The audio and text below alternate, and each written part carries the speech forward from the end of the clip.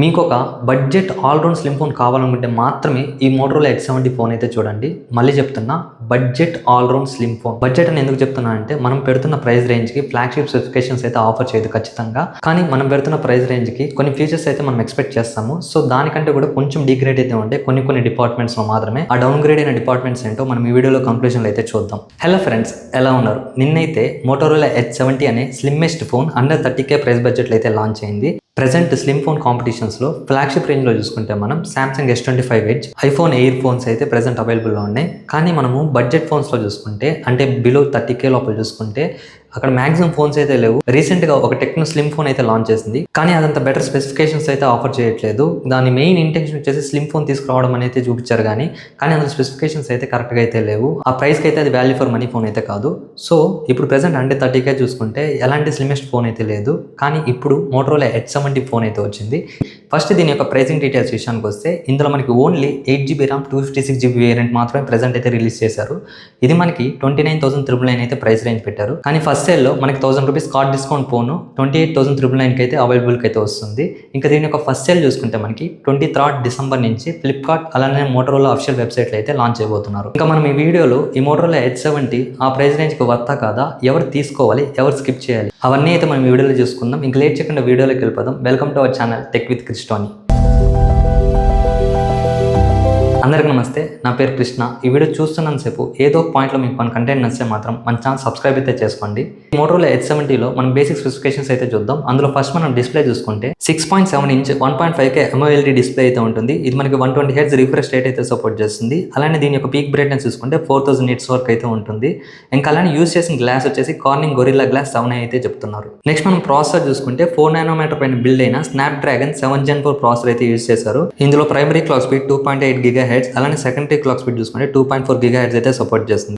Next ఇందులో RAM and Rome configuration విషయానికి వస్తే LPDDR5X ర్యామ్ అలానే UFS 3.1 స్టోరేజ్ సపోర్ట్ అయితే వస్తుంది. నెక్స్ట్ మనం కెమెరాస్ గురించి మాట్లాడుకుంటే బ్యాక్ సైడ్ మనకి డ్యూయల్ కెమెరా సెటప్ అయితే ఉంటుంది. అందులో main camera 50 megapixel Sony LYT600 sensor అయితే ఉంటుంది. అలానే secondary camera 50 megapixel ultra wide అలానే మ్యాక్రో అయితే సపోర్ట్ చేస్తుంది. ఇంకొకటి కెమెరా అయితే కాదు, మనకి 3in1 లైట్ సెన్సార్. ఇది మనకి లో లైట్ లో ఫోటోస్ తీసుకునేటప్పుడు అయితే యూజ్ అవుతుంది.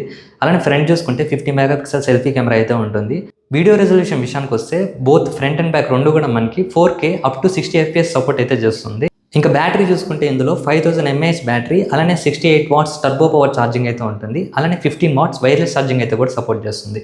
నెక్స్ట్ మనం IP రేటింగ్ విషయానికి వస్తే ఇందులో మనకి IP68, 69 dust and water resistance support అయితే ఉంటుంది. ఇంకా అలానే OS అప్గ్రేడ్స్ విషయానికి వస్తే ఇందులో hello UI Android 16 out of the box అయితే వస్తుంది. 3 years మేజర్ ఆండ్రాయిడ్ అప్గ్రేడ్స్ అయితే ఉంటుంది. అలానే 4 years సెక్యూరిటీ అప్డేట్స్ ఇస్తామని అయితే మోటరోలా వాళ్ళు అయితే ప్రామిస్ చేస్తున్నారు. సో ఇవి కొన్ని బేసిక్ స్పెసిఫికేషన్స్ అయితే. ఇప్పుడు మనం ఈ ఫోన్ యొక్క ప్రోస్ అండ్ కాన్స్ అయితే మాట్లాడుకుందాం. అందులో ఫస్ట్ మనం పాజిటివ్స్ చూసుకుంటే ఈ ఫోన్ యొక్క థిక్నెస్ అనమాట. ఈ ఫోన్ మనకి చాలా స్లిమ్ గా అయితే ఉంటుంది. ప్రెసెంట్ స్లిమ్మెస్ట్ ఫోన్ కాంపిటీషన్ మనం కంపేర్ చేసుకుంటే అందులో ఫస్ట్ మన iPhone 17 ఎయిర్ అయితే ఉంటుంది.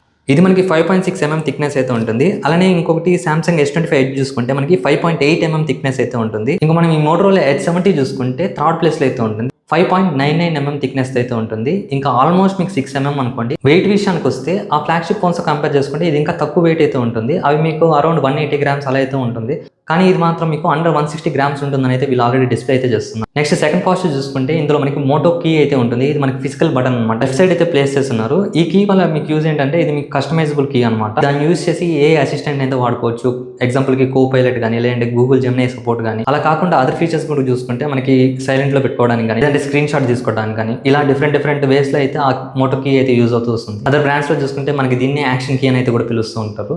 సో ఈ ఫిజికల్ బటన్ వల్ల చాలా యూజెస్ అయితే ఉంటాయి. సో ఇది ఒక పాజిటివ్. థర్డ్ పాయింట్ చూసుకుంటే ఈ ఫోన్లో మనకి డ్యూయల్ స్టీరియో స్పీకర్ సపోర్ట్ అయితే ఉంటుంది. అలానే డాల్బీ అట్మోస్ అయితే కూడా వస్తుంది. ఫోర్త్ పాజిటివ్ చూసుకుంటే దీని యొక్క డిజైన్ అండ్ బిల్డ్ అనమాట. ఇది మనకి మిలిటరీ గ్రేడ్ ప్రొడక్షన్ అయితే వస్తుంది. అలానే ఇంకొక విషయం, దీని యొక్క చుట్టూ ఫ్రేమ్ కూడా ఎయిర్ క్రాఫ్టెడ్ అల్యూమినియం ఫ్రేమ్ అయితే యూజ్ చేస్తున్నారు, ప్లాస్టిక్ అయితే కాదు. అలానే ఫిఫ్త్ పాజిటివ్ చూసుకుంటే ఇందులో మనకి NFC సపోర్ట్ అయితే ఉంటుంది. చాలా బ్రాండ్స్ అయితే ఆ ప్రైస్ రేంజ్ అయితే స్కిప్ చేస్తున్నారు, కానీ వీళ్ళైతే ఆఫర్ చేస్తున్నారు NFC. నెక్స్ట్ మనం ఈ ఫోన్ యొక్క నెగిటివ్స్ చూసుకుంటే ఏదైతే పాజిటివ్ అయిన థిక్నెస్ ఉందో దాని వల్ల ఈ నెగిటివ్స్ అన్ని వస్తాయి అనమాట.